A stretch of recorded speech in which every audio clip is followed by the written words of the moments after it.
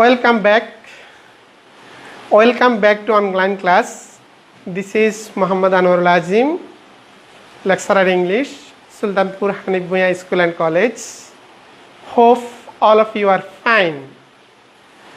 In the previous class, I requested you to join our online class and invite all of your friends so that they also can join. In the previous class, I discussed the syllabus and a little bit about article. In this class, I will discuss on preposition. For your better understanding, I will take the class in Bengali, sometimes also in English. But keep in mind that you have to understand English. So read attentively so that you will be able to understand the lecture in English. Now, our topics is on preposition. That means use of appropriate preposition. Free. তোমরা শুনেছো যে free cadet, free military examination, primary সবগুলো free থেকে আসছে। Free মানে free cadet, ক্যাডেটের আগের school, সেটা হলো প্রি ক্যাডেট। তার মানে প্রি অর্থ হলো আগে, শুরু, প্রথম। তাহলে প্রি পজিশন, পজিশন শব্দ অর্থ জানো অবস্থান।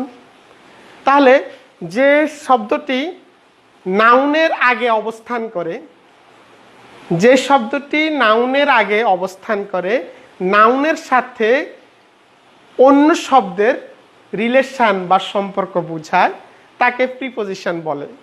যেমন আই গো, আমি যাই, টু কলেজ, কলেজ। এখানে কলেজ হলো নাউন, নাউনের আগে একটা টু বসেছে, টু বসে গোয়ের সাথে নাউনের একটা রিলেশন বুঝেছে। যাই কলেজের দিকে, তাহলে দিকে, টু মিনস এখানে দিকে, রিলেশন বোঝানোর জন্য সেটা ব্যবহৃত হয়। ঠিক একইভাবে this is duster and this is pen. The pen is, pen এবং ডাস্টারের মাঝে রিলেশনটা দেখো। এখানে পেন আছে এবং ডাস্টার আছে, রিলেশনটা কীরকম? রিলেশনটা হলো পেনটা ডাস্টারের উপরে, তাহলে উপরে হলো এটার সাথে সম্পর্ক, এটা হলো প্রিপোজিশন। এখানে প্যানটা সামনে, তাহলে সামনে হলো ডাস্টারের সাথে প্যানের সম্পর্ক হলো সামনে। এখানে ডাস্টারের সাথে প্যানের সম্পর্ক পিছনে, এখানে ডাস্টারের সাথে প্যানের সম্পর্ক নিচে, এখানে ডাস্টারের সাথে প্যানের সম্পর্ক পাশে। তাহলে সামনে, পিছনে, নিচে, পাশে, উপরে, এগুলো হলো প্রিপোজিশন। তাহলে প্রিপোজিশন হলো সেই শব্দ, যে শব্দ দ্বারা, যে শব্দ নাউনের সাথে অন্য শব্দের সম্পর্ক বোঝায়, সেটাকে প্রিপোজিশন বলে। তাহলে আমরা দেখতে পেরেছি যে আমি প্রিপোজিশন নিয়ে দুটো ক্লাস নেব। আজকের ক্লাসটি জেনারেল ক্লাস, এরপরের পরবর্তীতে আমি একটা স্পেশাল ক্লাস নেব প্রিপোজিশনের উপরে। তো সেখানে তোমরা মুভমেন্ট অফ ভার্ব দেখতে পাবে। যাই হোক, আমরা আজকের ক্লাসে ফিরে আসি। সাধারণত যেই প্রিপোজিশনগুলো ব্যবহৃত হয়, আমি সেই প্রিপোজিশনগুলো সংক্ষেপে তোমাদের সাথে একটু আলোচনা করছি। ইন, ইন মানে হলো বাংলা আমরা যেটাকে বলি মধ্যে। যেমন একটা বাক্স, বাক্সের মধ্যে যদি একটা বল রাখা হয় তাহলে সেটা হলো ইন।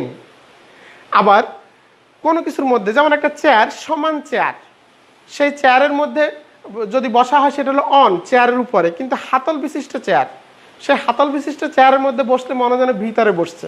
যেমন আমরা এখন রুমের ভিতরে, মানে ইন, তার মানে ইন বোঝানো হয় কোনো কিছুর মধ্যে বা কোনো কিছুর ভিতরে বুঝাতে ইন ব্যবহৃত হয়।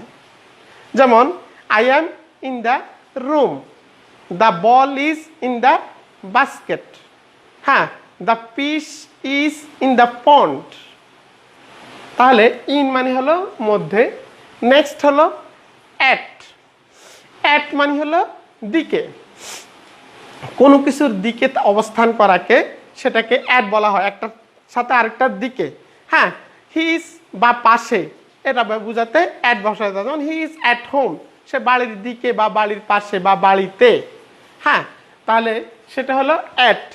ইন টু, এখানে ডাবল প্রিপোজিশন, প্রিপোজিশন মাঝে কিছু আছে সিঙ্গেল প্রিপোজিশন, কিছু আছে ডাবল প্রিপোজিশন, কিছু আছে কম্পাউন্ড প্রিপোজিশন। ইন এবং টু দুটো প্রিপোজিশন একত্র হয়ে ইনটু হয়েছে, কোনো কিছুর মধ্যে প্রবেশ করা।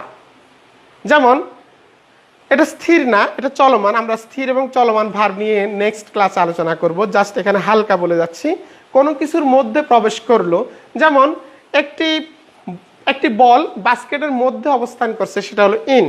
কিন্তু বলটি যদি বাস্কেটের মধ্যে পড়ে, উপর থেকে এসে বাস্কেটের মধ্যে পড়ে, সেটা হলো ইন টু। অর্থাৎ বলটি যদি বাস্কেটের মধ্যে থাকে তাহলে সেটা হলো ইন, কিন্তু বলটি যদি অন্য দিক থেকে এসে বাস্কেটের মধ্যে পড়ে তাহলে অন্য দিকের থেকে এসেছে এজন্য টু। হ্যাঁ, এবং মধ্যে পড়েছে এজন্য ইন, এবং ইন এবং টু দুটো যুক্ত হয়ে কি হয়েছে? In two. অন, অন মানে উপর। যেমন আমার মাথার উপর আমার হাতটি, the hand is on my head. On অর্থ হলো ঠিক উপর, বরাবর উপর, একদম উপর। কিন্তু যদি একটু উপর হয় সেটা অন না, সেটা অ্যাবভ, সেটা হলো অ্যাবভ, আর একটু উপরে। আপন, আপন মানে হলো কোনো কিছুর উপরে পতিত হওয়া, এরকম যদি বোঝাতে হয়। হ্যাঁ, যেমন হ্যাঁ, বলটি টেবিলের উপরে পড়লো, the ball fall upon the table, সেটা বোঝাতে আপন ব্যবহৃত হয়। ফর শব্দের অর্থ হলো জন্য হয়, ফর দিয়ে দ্বারা হয়। যেমন হি ইজ ফর বেটারমেন্ট, সে ভালোর জন্য, ভালো কিছুর জন্য। হ্যাঁ, সেটা হলো ফর। অফ, অফ মানে হলো কোনো কিছুর, অর্থাৎ একটা জিনিসের কোনো কিছু বোঝাতে অফ হয়। যেমন এটা একটা রুম, রুমের মধ্যে জানালা আছে, তাহলে জানালাটা কার? রুমের, রুমের জানালা। যেমন এটা একটা পাঞ্জাবি, পাঞ্জাবির মধ্যে বুতাম আছে, বুতামটা কার? পাঞ্জাবির। তাহলে পাঞ্জাবির বুতাম, এই যে কোনো কিছুর কোনো কিছু বোঝাতে, অর্থাৎ একটা র, বাংলা আমরা যেটাকে র বলি বা এর বলি। যেমন কলম, কলমের ক্লিপ, এটা হলো কলম। ক্লিপ, এটা হলো ক্লিপ, তাহলে কলমের ক্লিপ, তাহলে কলমের ক্লিপ বোঝাতে হ্যাঁ the clip of the pen, সেখানে অফ ব্যবহৃত হয়। The button of the punjabi, the window of the room. তাহলে কোনো কিছু অর্থাৎ একটা আরেকটার অংশ, এর বোঝাতে আমরা অফ ব্যবহার করি। অ্যালং, অ্যালং মানে হলো বরাবর, অ্যালং মানে হলো বরাবর। সেই বরাবরটা কি? যেমন লোকটি রাস্তা বরাবর হেঁটে যাচ্ছে, সেটা হলো অ্যালং। রাস্তা বরাবর সে চলে যাচ্ছে, সেটা অ্যালং। কিন্তু যদি রাস্তা অতিক্রম করে সেটা অ্যালং না, সেটা হলো অ্যাক্রস। আমরা অ্যাক্রস নিয়ে একটু পরে কথা বলবো। লোকটি নদীর বরাবর সে সাঁতার কাটতেছে, সেটা হলো অ্যালং। তার মানে অ্যালং হলো বরাবর। এবার আমরা আসতেছি অ্যাক্রস। অ্যাক্রস হলো আড়াআড়ি। আমি একটু ব্ল্যাকবোর্ডের সহযোগিতা নিচ্ছি তোমাদেরকে বোঝানোর জন্য। যেমন ধরো এটা একটি রাস্তা, এটা একটি রাস্তা, একটি লোক রাস্তা বরাবর হেঁটে যাচ্ছে, এটা হলো অ্যালং। কিন্তু একটি লোক রাস্তা অতিক্রম করতেছে, এটা হলো অ্যাক্রস। ঠিক এটা যদি নদী হয় তাহলে একই রকম প্রযোজ্য। রাস্তা অথবা নদী অথবা কোনো কিছু আড়াআড়ি যদি অতিক্রম করা হয় সেটা অ্যাক্রস। আর কোনো কিছু যদি সরাসরি মানে অ্যালং বরাবর যদি যাওয়া হয় সেটা হলো অ্যালং। অ্যাবাউট, অ্যাবাউট হলো সম্পর্কে, কোনো কিছু সম্পর্কে বলা। যেমন tell me about the pen, কলমটি সম্পর্কে আমাকে বলো। কলমটি বিদেশের তৈরি, কলমটি দামি, কলমটি সুন্দর, আমি বললাম। তাহলে টেল মি অ্যাবাউট, অ্যাবাউট মানে হলো সম্পর্কে, কোনো কিছু সম্পর্কে বলা হলো, সেটা অ্যাবাউট। আফটার, আফটার মানে হলো পরে। যেমন শনিবারের পর কি আসে? রবিবার। তাহলে সানডে কামস আফটার স্যাটারডে, শনিবারের পরে রবিবার আছে, সে আমার পরে আসবে। He will come after me, সে আমার পরে আসবে। তাহলে আফটার বোঝাতে পরে বোঝাতে আফটার হয়, ঠিক তার বিপরীতার্থক শব্দ হলো বিফোর। তাহলে বিফোর মানে হলো সামনে বা আগে, বিফোর মানে হলো সামনে বা আগে। যেমন সে আমার সামনে, দ্য ম্যান বা লোকটি বা হি ইজ, হ্যাঁ, বিফোর মি, সে আমার সামনে। হ্যাঁ, সেট দ্য টেবিল বিফোর